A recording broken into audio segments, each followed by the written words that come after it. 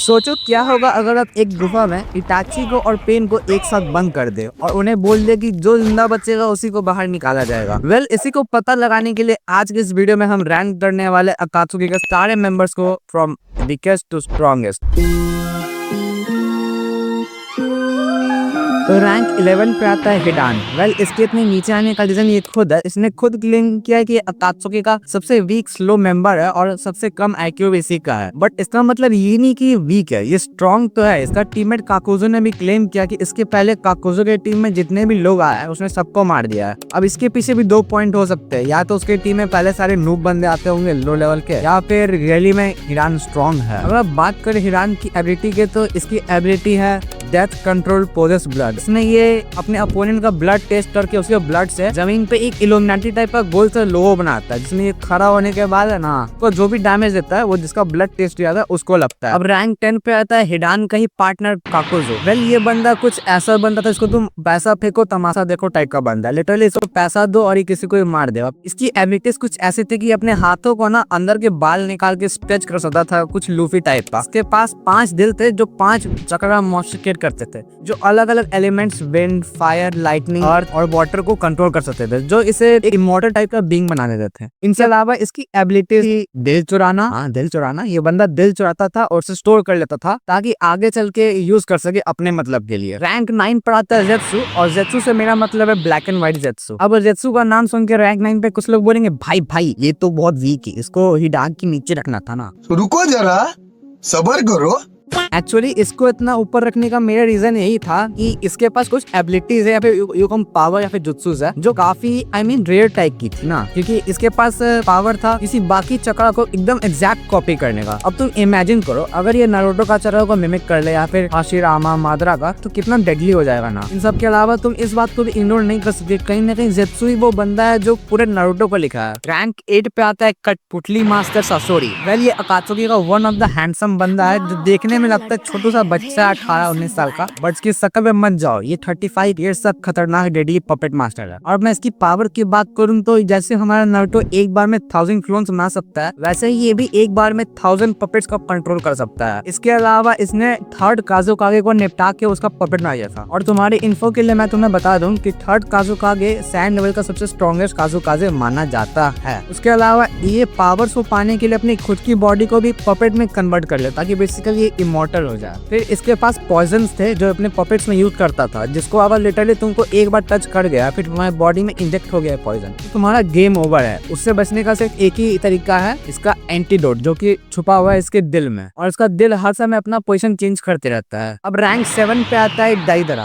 अगर मैं दाइदरा को कंपेयर करूं सासुरी से, तो सासुरी के सारे पपेट्स को सोलो कर सकता है, सिर्फ एक बम गिराएगा और एक पपेट खत्म। इसके एक्सप्लोजन एबिलिटीज के अलावा जिसका बैटल आईक्यू वो भी कमाल का है, जो कि हमने देखा है उस एपिसोड में जब ये जाता है गारा को किडनैप करने के लिए। तुम इससे अंदाजा लगा सकते हो कि इसके इस एक्सप्लोसिव पावर और आईक्यू मिलके इसको कितना डेडली अकात्सुकी का मेंबर बनाती है। रैंक 6 पर आती है अकात्सुकी की इकलौती महिला मेंबर कोनेन। अब तुम इसको इस बात पे जज मत करो कि ये तो पेपर जुत्सु यूज करती है तो वीक होगी, बल्कि इस बात पे करो कि ये अपने पेपर से ब्लेड्स, शूरिकेन्स, बॉम्ब्स और ऐसे क्लोन बनाती जो फटते हैं। मतलब लड़ोगे तो पिटोगे, नहीं लड़ोगे तो फटोगे। अब अगर इसके स्ट्रेंथ को कंपेयर करने के लिए मैं तुम्हें एग्जांपल दूं तो तुम उस सीन को याद करो जब इसने ओबिटो को पेला था। मतलब जब इसने यूज किया था अपना सबसे strongest jutsu, the ocean of paper bomb. ये वही जुत्सु था जिसने ओबिटो को 2 बार इज़नागी यूज करने में मजबूर किया था। हाँ, 2 बार। और अगर ओबिटो उस बार अपना इज़नागी को यूज नहीं करता तो वो लिटरली मर चुका था। ओरेन का लेवल बहुत हाई है लिटरली। अब रैंक 5 पे आता है नारुतो वर्स का लेजेंडरी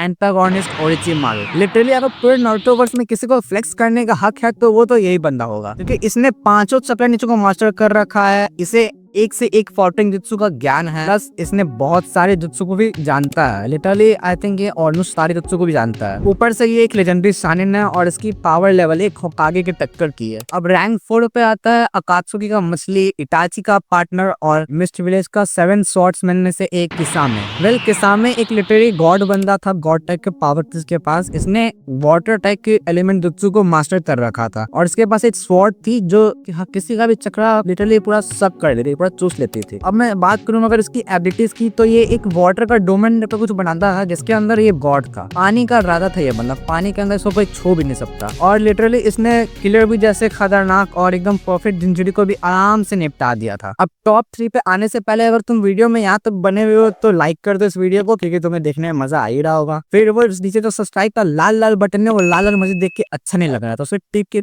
जल्दी से ग्रे कर दो। अब रैंक 3rd पर आता है इटाची उचिहा, और इसको सुन के लोग मेरे पे चढ़ जाएंगे, बट मैं बोलूंगा रुको रुको। मैं मानता हूँ कि इटाची स्ट्रॉन्ग है, गॉड है, बट तुम्हें भी मानना पड़ेगा कि वो स्ट्रॉन्ग है, स्ट्रॉन्गेस्ट नहीं। इन सब चीजों को साइड रखो और इसकी एबिलिटीज के बारे में सुनो। इसके पास है एबिलिटीज लाइक मांगेको शारिंगान, गेंजुत्सु का बंदा गॉड है लिटरली। फिर इसके पास जो सुसानो है वो नारुतो वर्स के सबसे 2 स्ट्रॉन्गेस्ट सेपर वो कैरी करता है। फिर इसकी अगर बात करें बैटल आईक्यू की, तो वो तो नेक्स्ट लेवल है। अब रैंक 2 पे आता है पेन, ये कौन नागातो, ये नारुतो वर्स का पहला बंदा जिसने हमने रिनिंगान की असली पावर से रूबरू कराया। क्या मतलब इस रिनिंगान गेम में मिली थी। Sorry sorry sorry sorry sorry literally ये बंदा रिनिंगान की हेल्प से 6 अलग अलग बॉडीज में चक्र रॉड्स को इंजेक्ट करता था और उन्हें 6 पाथ के अलग अलग ये 6 पाथ के अलग अलग चीजों को डिनोट करने के लिए यूज करता था, और अलग अलग पावर से हर के, जिसमें से पहला था ये ह्यूमन पाथ, दूसरा देवा पाथ, तीसरा असुरा पाथ, चौथा एनिमल पाथ, पांचवा पेतरा पाथ और छठा था नरका पाथ।